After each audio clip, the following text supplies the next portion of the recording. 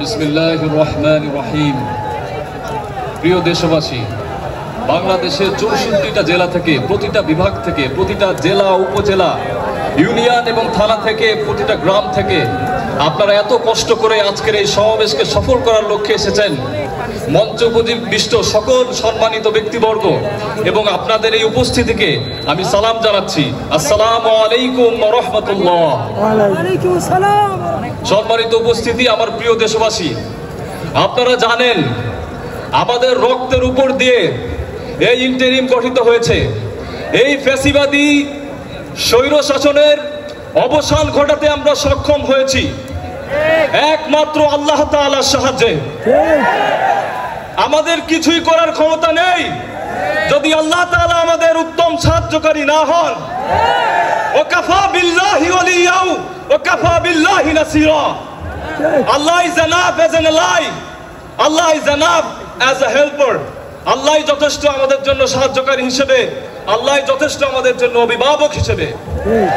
মহান আল্লাহ রব্বুল ইজ্জত আমাদের সাহায্যকারী হয়েছিলেন, মহান আল্লাহ রব্বুল ইজ্জত আমাদের অভিভাবক হয়েছিলেন। তাই এই 24-এর গণ অভ্যুত্থান আমরা সফল করতে সফল হয়েছি। আমাদের কোনো ক্ষমতা নেই আল্লাহর ক্ষমতা ছাড়া। সম্মানিত উপস্থিতি, আপনারা জানেন আমি ভয়ের সাথে হৃদয় ভরা দুঃখ নিয়ে স্মরণ করছি এই 19শে জুলাইকে, যেদিন ইন্টারনেট শাটডাউন করে দেয়া হয়েছিল বাংলাদেশের প্রতিটা জায়গায়, গণহত্যা চালানো হয়েছিল প্রতিটি জায়গায়, বলা হয়েছিল ইন্টারনেট এমনি এমনি বন্ধ হয়ে গিয়েছে।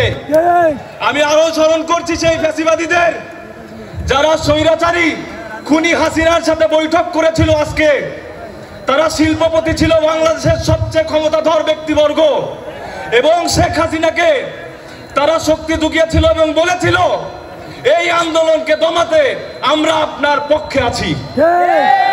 কিন্তু আল্লাহর ইচ্ছায় তারা সফলতা অর্জন করেনি, কারণ জালিমরা কখনো সফল হয় না।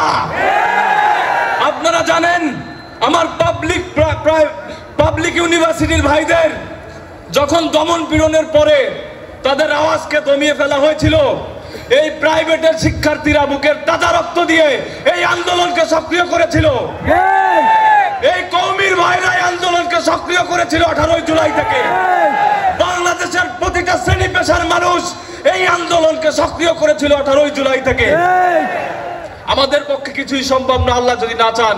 আমি বারে বারে একটি কথাই বলবো, আমি স্মরণ করছি ফ্যাসিবাদী সেই সময়কাল যখন শিবির সন্দেহে আমাদের সনাতন ধর্মাবলম্বী ভাই বিশ্বজিৎকে দিবালোকে কুপিয়ে হত্যা করেছিল।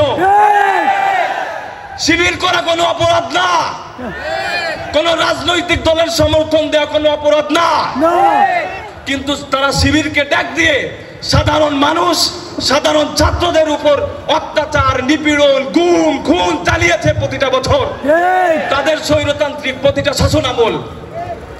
আপনারা জানেন তারা যে নির্বাচন করেছে গত 3 টার্মে, বাংলাদেশের মানুষের নির্বাচনের ভোটের অধিকার তা দিতে পারেনি।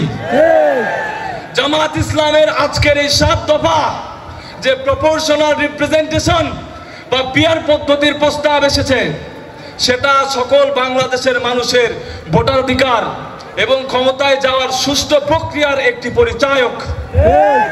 আমি আমার বক্তব্য বেশি দীর্ঘায়িত করব না, এটুকুই বলবো আজকের এই ঐতিহাসিক সমাবেশ যদিও আয়োজক বাংলাদেশ জামাত ইসলামী, কিন্তু এই আয়োজন, এই আজকের সমাবেশ পুরো বাংলাদেশের।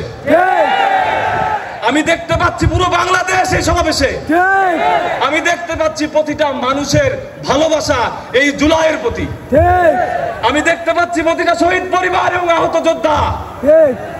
আর এই 7 দফার সফলতা কামনা করি এবং আল্লাহ তাআলা আমাদের এই জুলাই সনদ এবং ঘোষণাপত্র বাস্তবায়ন করার তৌফিক দান করুন। আমিন।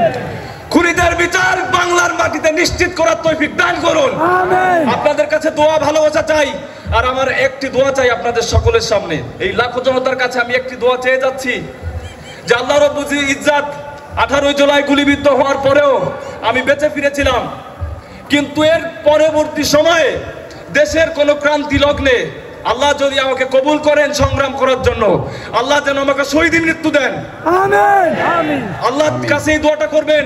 এই বলেই আমার বক্তব্য শেষ করছি। আসসালামু আলাইকুম ওয়া রাহমাতুল্লাহি ওয়া বারাকাতুহু।